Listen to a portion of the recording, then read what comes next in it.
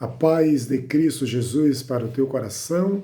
Vou trazer mais uma reflexão dos ensinamentos áureos de Salomão no seu livro de Provérbios, no capítulo de número 30.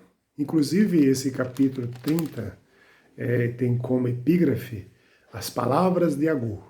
Não são as palavras de Salomão, é de um outro sábio chamado Agur, que fala para seus amigos, Itiel e Ucal. Eu recomendo fortemente a leitura desse capítulo, porque ele é filosófico.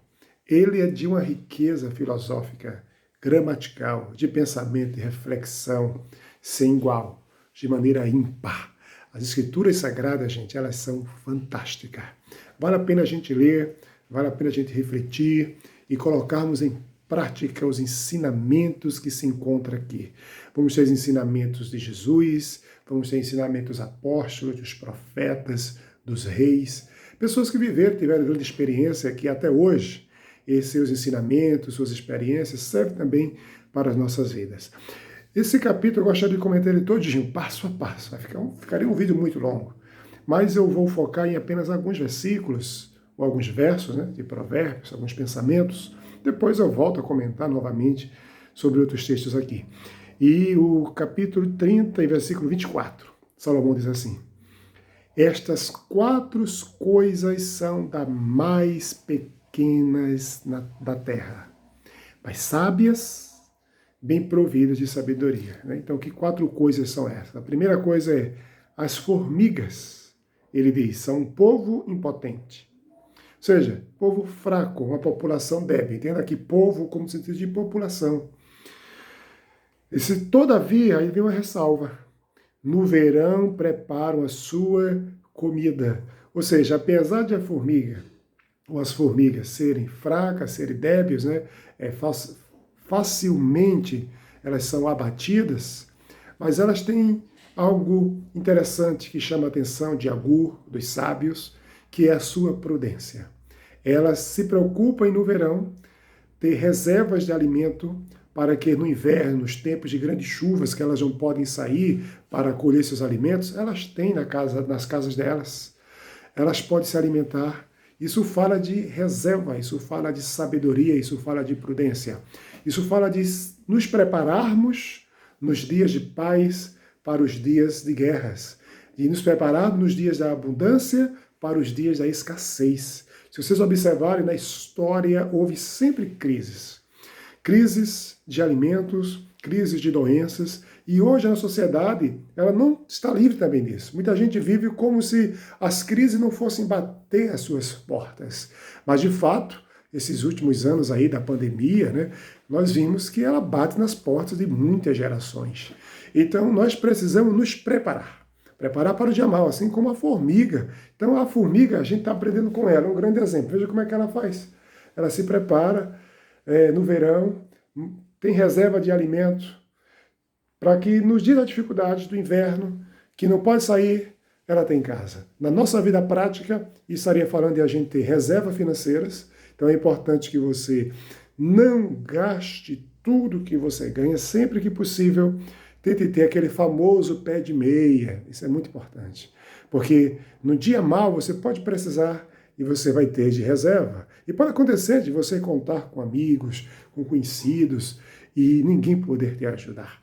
Então, te prepara para a vida. Uma outra coisa que ele fala no versículo de número 26 é sobre os coelhos. São um povo débil, ou seja, fraco também. E contudo faz as suas casas nas rochas, ou seja, em lugares de proteção. E nas rochas em que não tem muitos predadores, ou não vai muitas pessoas, eles tentam se proteger.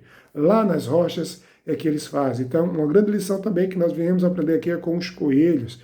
Faça sua morada em lugares seguros, em lugares que você possa se proteger melhor. Seja uma pessoa esperta, sábia, inteligente. O terceiro, eu acho muito bonito, ele faz os gafanhotos. E segundo o pensador, ele diz que os gafanhotos não têm rei, ou seja, não tem um líder, não tem um governo. E contudo, todos saem e em bandos se repartem. Ou seja, eles se unem, eles são unidos, apesar de não ter um rei dando ordem para eles, mas eles se unem e em bando saem, fazendo as suas conquistas, comendo seus alimentos, etc. Fala o que? De união. Isso é muito importante. O sábio está querendo dizer para a gente, olha, admire a união dos gafanhotos. E faça também o mesmo, seja unido. Mesmo quando não houver alguém que dê ordem a você. Mesmo quando não houver um rei, não houver um líder, um chefe que te dê ordem, um patrão, ou uma lei te obrigando a fazer as coisas. Seja unido, a união, viver em comunhão com as pessoas, estar produzindo junto, crescendo junto, seja isso no seio da família, que deve começar essa união de fato, no seio da família, no trabalho, todo mundo unido, sem inveja, sem a competição de querer derrubar o outro, passar por cima do outro, mas que todos cresçam de forma saudável, de forma alegre, bem estruturada. Então tá um grande exemplo para a gente que são os gafanhotos, que não tem rei, vive unidos. Uma grande lição, né? Tem muitos irmãos que vivem brigando, famílias que vivem brigando, isso não é legal. Veja, até os animais, os gafanhotos vivem unidos. É uma grande lição para a gente, né? Veja como a sociedade está caída a cada dia mais na lama, no pecado, na iniquidade. E ele traz um outro, a aranha. Disse a aranha que se apanha com as mãos e está nos passos dos reis. É um outro animal também, ou seja, aranha, simples.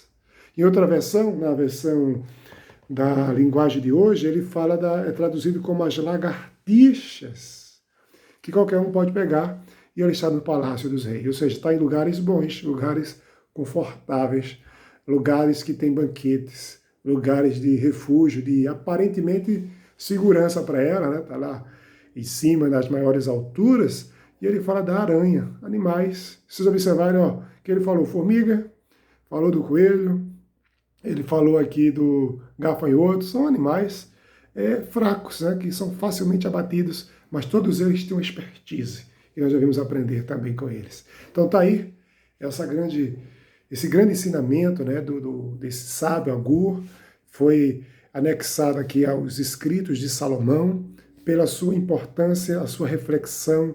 É um livro filosófico, gente. Se vocês lerem o começo desse capítulo, vocês vão amar. Então, fica na paz de Deus, que Deus te abençoe e aprenda aí mais ensinamento da Bíblia Sagrada. A paz.